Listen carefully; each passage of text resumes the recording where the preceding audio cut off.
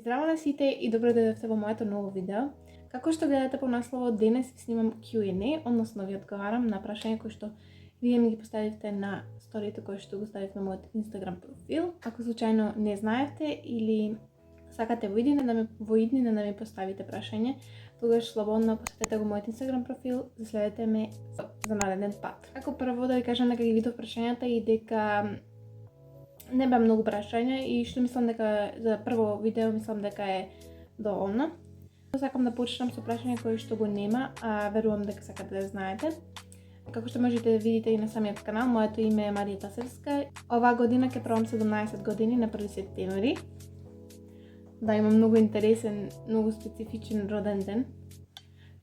Сега веќе можеме да почнеме со прашањата. Обично само кратко колку да ви кажам како се викам и колку години имам. Така да, каде учам и некои такви слични прашања ќе ги дознаете во текот на видеото, затоа што имаме и прашање за тоа. Првото прашање ни е колку браќа или сестри имаш? Но имам брат, од мала сакав да имам братче и да не бидам најмалата во нашето семејство, но тоа е. Јас сум најмалата, така да имам две поголеми сестри. Едната има 20, ќе прави 20 години, таа е на 3 септември родена. Како што можете да видите количката во позадината е инвалид, но тоа ништо не прави поразлична од нас. И најстарата сестра се вика Викторија и таа е мажена, има 26. Следно прашање, како ти се допаѓа на училиште смер очна оптика и што сакаш да си по професија? Имаш вакви две слични прашања. Така да почнеме прво со ова. Како би се допаѓа на училиште? Инаку, како што уидовте по смерот, ако знаете, ако сте доволно запознаени, смерот очна оптика се наоѓа во средното медицинско училиште.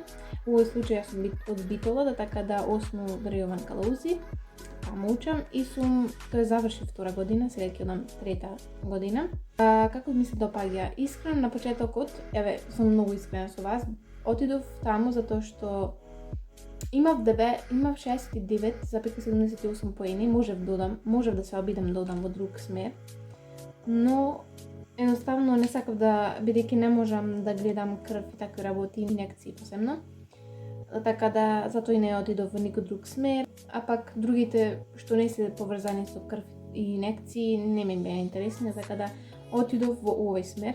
Со текот на времето, како што почнав да го запознавам смерот, тој ми стана многу интересен, затоа што наистина е многу интересно. Ќе ви ставам и видеа и слики од каде што учиме, односно каде што брусиме на училиште, каква е на пракса и што се учи. Многу е наистина интересно. Ако некој планирате да одите од наредна година во смерот, да знаете дека е интересно и не е досадно, наистина не е досадно. Тој треба да брусите стакла, за да правите виеночари и слично, така да интересно е. Како ми се допадна? Мислам дека е најубав смер од сите, но кој да го прашаш, секој така би рекол, затоа што не можеш да знаеш како другите ако не си учел или ако не учиш, пример, да сакаш да видиш како е. Така да не можам да кажам дали мојот е најдобар од сите, но само можам да кажам дека си го сакам смерот и тоа многу. И што сакаш да си по професија? За тоа имам многу размислувано. Исто така и на училиште по еден предмет кој што се вика бизнис или иновации во основно. И така го пишат и сега, но бизнис се вика кај нас, малку постручно.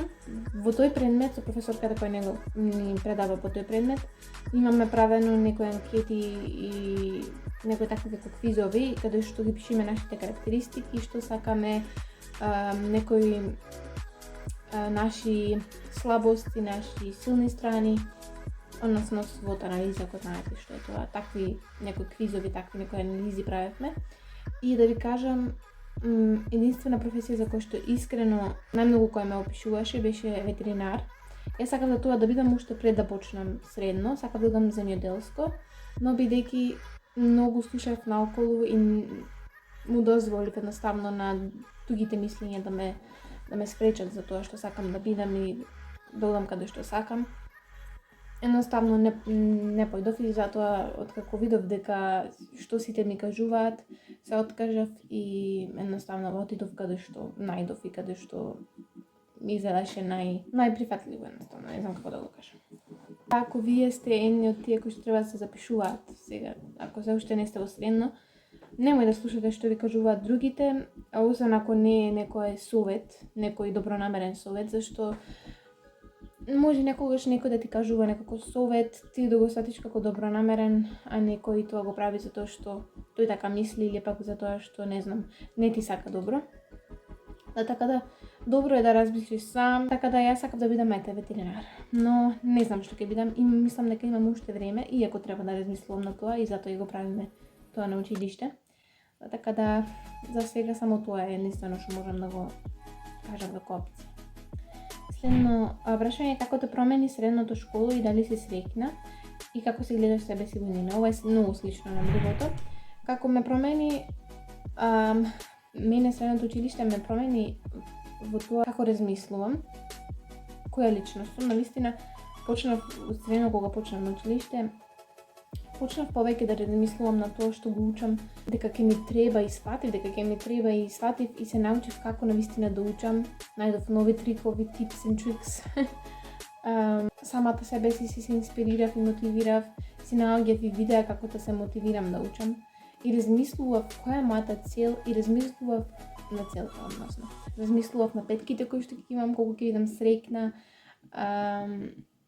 дека ќе се исплати трудот и дека и кога не можам, Господ е со нас, така да тој ќе ни дава секогаш сила за се и да верувам, односно дека секогаш се може, да така да се случува тоа да некогаш да се случи да имав единица, двојка, тројка. Да, и за мене денес, односно во втора година тројката беше како единица. Јас толку бев разочарана од себе си кога ќе добиев тројка. Но тоа беше затоа што јас со текот на тоа време, кога добивав тројки, кога бев толку разочарана и толку драматично реагирав, иако можеше да се поправи, знаев, но едноставно се разочарав од себе си, но потоа тоа престана затоа што сватив дека се случува во животот да има такви падови и не само во оценките. Затоа ви велам, школата ме научи на многу по различни работи за во секојдневието. Пример, падни стани има секогаш во животот. Некогаш ќе ти биде мака, нема да сакаш да правиш нешто, но потоа Господ ќе ти даде сила и едноставно ќе станеш и ќе продолжиш. Да така да истото е тоа и на училиште. На некои такви слични работи се научи, односно јас се научив во средно како почнав. И да, сум среќна. Кој е да е смислата на прашањето и од кој било аспект да ме прашаш дали сум среќна на училиште, сум и со професори, и со школото, и со тоа колку ми е убаво и колку многу промени се случуваат. Следното прашање ми е, од кога почна да плетеш со вуница? Прво да ви кажам дека јас си имам свој мал бизнис, кој што сега моментално не го спроведувам, за кој што моментално не работам, затоа што ми треба искрено мала пауза. Школото ми беше малце стресно и малце напорно, затоа што сакав оценките да си ги средам и посебно последните 2 месеци ми беа тешки и затоа ми требаше еден голем одмор, а јас иако пред тоа планирав да работам за летото, да си правам, да плетам блузи и сето тоа, некои такви слични работи. Така да кога почнав февруари, мислам дека беше февруари. Да, февруари така нешто. Купив вуница, тоест од Тему ги порачав и вуницата и тие за плетење, не знам како се викаат. Уште не сум толку едуцирана. Така да се надевам дека во иднина се повеќе ќе се изградувам и за тоа, затоа што навистина тоа ми е нешто што ми е многу интересно. Сега само што сменив логото на мојот бизнис, еве како изгледа, а ова е мојот Instagram профил, ако сакате да ме заследите. Направив YouTube канал, планирам нешто во иднина, здрави и живи, да почнам да снимам и некои такви видеа, пример како да сплетиш некои лесни работи. Предпоследно прашање е зошто престана да објавуваш видеа за Христос. Ако не ме знаете, јас уште лани и да, една година веќе, точно една година, објавувам видеа на TikTok, па и некогаш и на YouTube објавував и на YouTube за верата и за христијанството. Пред се тоа што престанав да снимам не значи дека јас престанав да читам Библија или пак престанав да сум христијанка или нешто такво, или дека престанав да верувам во Господ.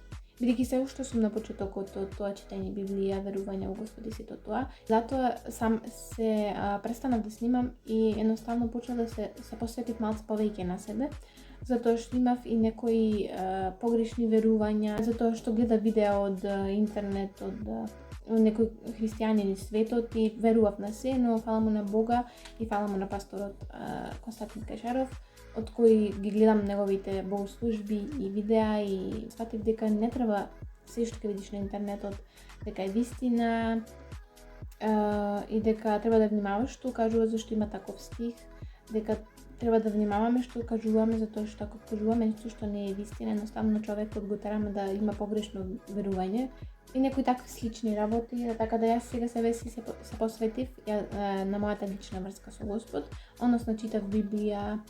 Затоа немаше видео, но тоа не значи дека нема повеќе да ставам. Имам ставено сега, после таа долга пауза, имам ставено едно или две видеа, може би 3, не знам. И последното прашање, за кое што сум многу среќна што го гледам и навистина сум среќна што некој едноставно се интересира за ова. Прашањето е како подобро да го запознам Бог. На мојот канал нормално дека ќе гледате вакви видеа, не знам кога и како, но додека да дојдат тие видеа, ќе снимам некои челенџи, влогови и сето тоа, но во главно ќе има и вакви видеа поврзани со верата, така да ако сте заинтересирани за тоа, слободно сопскрибнете се и звончето не го заборавајте, затоа што тоа ќе ви стигне нотификација кога ќе ставам видео. Како подобро да го запознам Бог. И јас на правилен начин и вистински го запознав Господ кога почнав да читам Библија. Ако случајно немаш Библија, почни да ја читаш Библијата и нешто друго што мене ми помогна во врска со читањето на Библијата е тоа да се помолиш за Господ да ти даде разбирање, да можеш она што го читаш да го разбериш и да ти стане едноставно јасно, затоа што јас на почетокот кога почнав да читам, бидејќи не бев толку упатена кон верата и сето тоа, се што читав ми беше како приказна, да пат го гледав, но не се посветував онака да го разберам што значи тоа, каква поука се извлечува од тоа што се од приказната што се случила или од тој стих или од тоа поглавје, така да тоа е моја препорака, да почнеш да се молиш пред да читаш и потоа да читаш. Првото е читањето на Библија и да се молиш пред да читаш за разбирање. Второ е тоа да се молиш и во текот на денот, не е нормално таа молитва да биде фала ти Господи што се разбудив, да бидеш едноставно заблагодарен за се што има, зашто нормално да побараш од Господ тоа што сакаш да го добиеш, пример сакаш, не знам, да го запознаеш повеќе.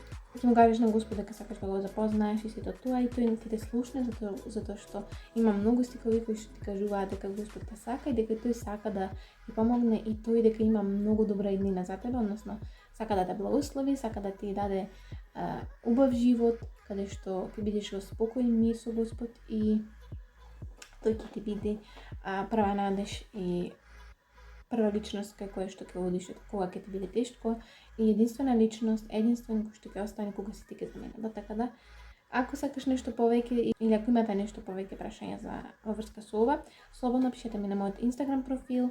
Така да можеме да го привршиме и денешното видео тука, затоа што тоа беше последното прашање. Се надевам дека ви се допадна и дека ме запознаевте колку толку. Нешто друго што сакам да ви кажам е тоа дека следно видео, се надам дека тоа ќе биде следно, не сум сигурна. Но знам дека сега најскоро што можеме. Јас и мојата сестра, најголемата сестра, ќе ви снимаме смути челендж. Да би ве замолила да одите на мојот Инстаграм профил. Истиот ден кога ќе го објавам видеото, ќе објавам и стори, каде што ќе ставам Q&A и вие ќе ми пишете прашања кои што сакате да ме прашате мене и мојата сестра и ќе ги договараме кога ќе снимаме смути челенџот. Ете што забавно. Ви благодарам што гледате денешното видео и што едноставно останавте до крај за да ме запознаете. Така да се гледаме во наредното видео. Тоа беше тоа, сега се гледаме во наредното видео. Чао!